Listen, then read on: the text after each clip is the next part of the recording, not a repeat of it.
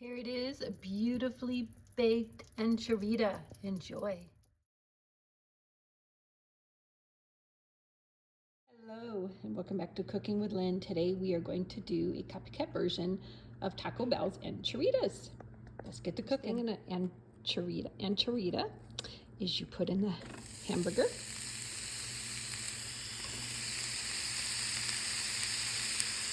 Gonna brown this up a little bit. And then the next thing we're gonna do is I'm gonna make my own homemade, well, not homemade. I'm gonna take a can of pinto beans and I'm gonna smash them up over the stove. As the beef is browning, I'm going to pour in 1 can. And this is a pinto bean. I kind of got the zipped up types with the jalapenos and medium heat. Now I'm gonna mash these over medium heat till they're just thickened, and I do not drain the pan. And I've got the oven heating up to 350 degrees so we can bake our enchiladas or enchiritos until they are basically have the cheese melted on top. All right, now let's go over and check the beef. Now we are going to add the onion to the meat for the enchilada. It smells so good. And you know, a lot of those takeout foods are so expensive. So much easier and faster to just cook at home. By the time you pull up to the drive-thru, fight traffic. Now we're going to add taco seasoning mix along with this. Let's cook this up for a few more minutes. Let all of this incorporate. Stir it up really well. Now let's go check our refried beans. Just keep smashing these until they turn into the refried beans. These are very tasty, very easy, and you know, you're making a meat anyway, so you might as well make them out of a can. I love this method, and they taste so much better than canned, even though these do come out of a can. Also gonna add about a tablespoon of tomato paste. And this is awesome because you can have it in the tube. Stir this in. Makes a nice taste.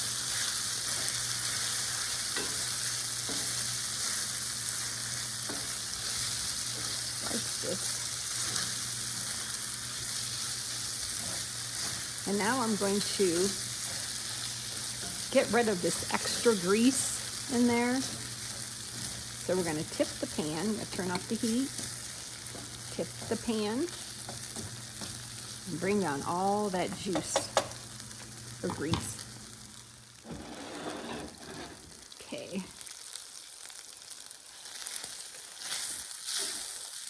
Kind of just use a paper towel.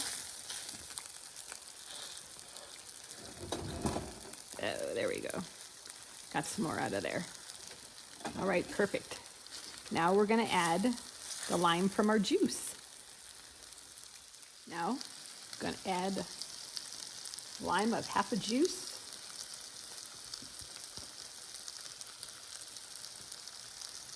This gives it that citric taste that they had in their enchiladas. Very important. You don't want to skimp. It's a very small lime. Just to give it just enough of that taste. All right, I'm waiting for my refried beans over here to thicken up a little bit more. And then we're going to be ready to assemble. Now you can use a can of refried beans, but I prefer the smashing of these pinto beans in a jar. I just love the taste so much more. See, the beans are nice and thickened up now. Ready for the presentation of putting enchilada together. And over on the other burner, I am thickening up enchilada sauce.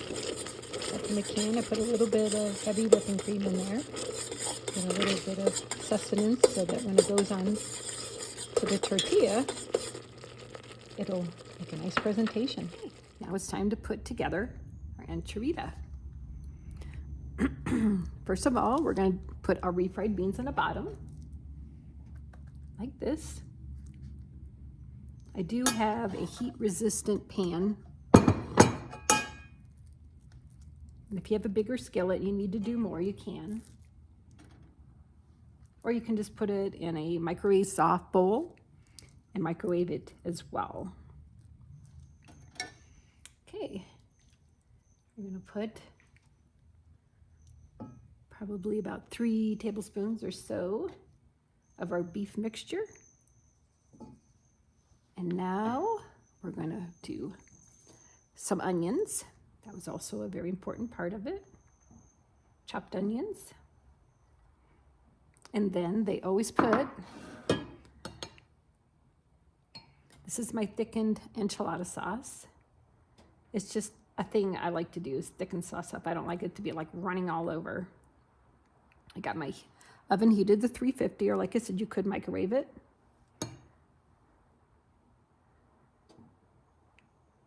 Okay. Now we can fold in the sides, just like that. Fold, and then fold. There's your enchilada. Then the next thing you do, or you can just leave it oblong too as well. And we put the enchilada sauce on top. You can put as little or as much on there. Just have it kind of roll over the sides. And like I said, I did thicken it up because I don't like super runny sauce over my burritos or enchiladas or anything like that.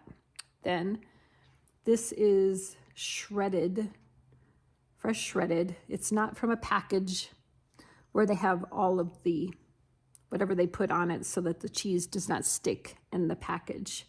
So it's good to do freshly grated cheddar cheese. Oh no, Bosco knows it's about time to cook this up. Then I'm going to put this in the oven until the cheese is just melted. And there it is, your enchilada.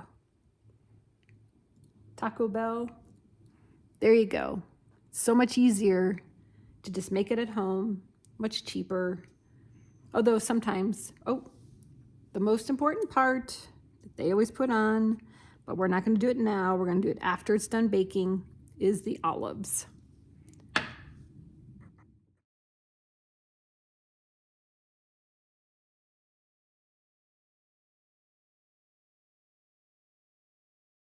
Here we go for the taste test. Oh, it looks so good. Okay. It is so good. You will love it. Enjoy your enchilada.